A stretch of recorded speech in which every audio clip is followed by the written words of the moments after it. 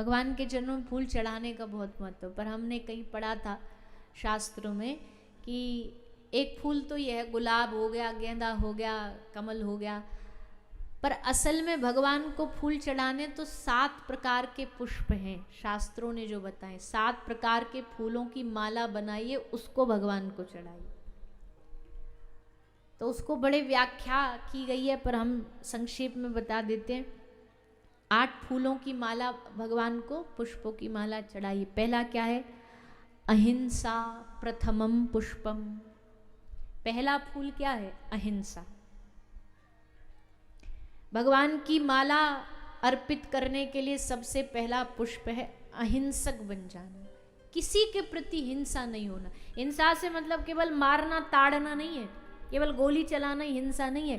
कई बार हम वाणी की, जुबान की भी बड़ी हिंसा करते हैं, इतना गंदा बोलते हैं, इतना अपशब्द बोलते हैं, किसी को इतना नीचा दिखाते हैं, वो भी वाणी की हिंसा है। भगवान का भक्त हिंसक नहीं हो सकता है। तो अहिंसा प्रथमम पुष्पम। दूसरा फूल क्या है? पुष्पम इंद्रिय निग्रह। भगवान की फूल माला में दूसरा पुष्प इंद्रियों का निग्रह है। इंद्रिय निग्रह मतलब इच्छाओं को कंट्रोल, इच्छा कम। पर ये बड़ा मुश्किल मामला है। इच्छा कहाँ कम होती है? इच्छा ही तो न चाहती है, एक खत्म होती दूसरी पैदा हो जाती है, दूसरी होती तीसरी पैदा हो जाती है। इच्छा, सब कुछ हमें ही मिल जाए, सब कुछ हमें ही प्राप्त हो जाए, ये इच्छा। तो पुष्पम इंद्रिय निग्रह, इतना इतना पाने की चाह। एक बार कथा आती है, भगवान महादेव ने एक भक्त को कहा कि भैया हम तुझे वरदान दे रहे हैं। वरदान क्या है? तू अपनी आंखों से जितनी जितनी चीजों को देख लेगा वो सब तेरा। आंख से जो देखना है देख ले, वो सब तुझे मिल जाएगा।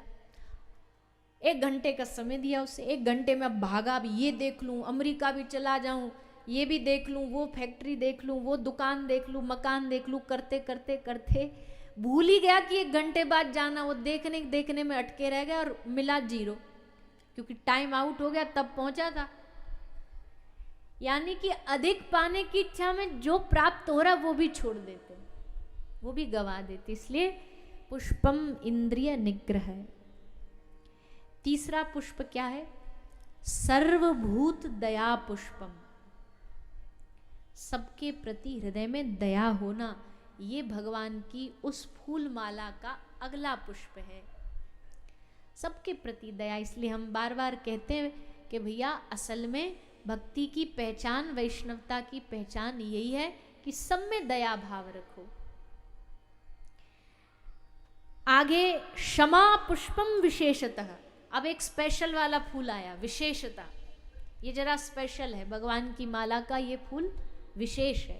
क्षमा पुष्पम, क्षमा कर देना।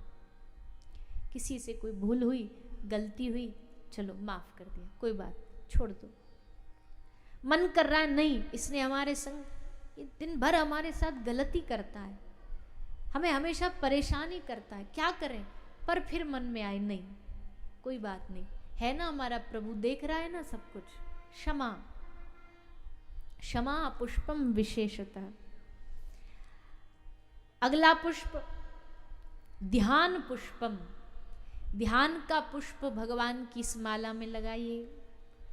तपम पुष्पम, तप करिए। अब तप क्या है? कलयुग का तप क्या है? कलयुग का तप ये नहीं कि कहीं एकांत में जाके आंख बंद करके तप करना।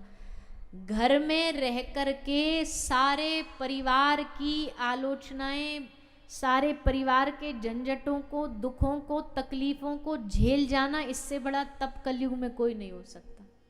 ये सबसे बड़ा तप है। जो घर में रह के कर पाया वो तपस्वी है। इसलिए तपम पुष्पम।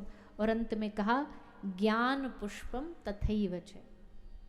ज्ञान रूपी पुष्प, इन पुष्पों को जोड़ करके फूलों की माला बनाइए और फिर भगवान को समर्पित करिए। ये फूल जो पुष्पों वाले ये तो कोई भी मार्केट से ले आएगा खरीद करके, पर ये माला बनाने में तो महाराज पूरा जीवन लग जाएगा, इतने गुण लाने में।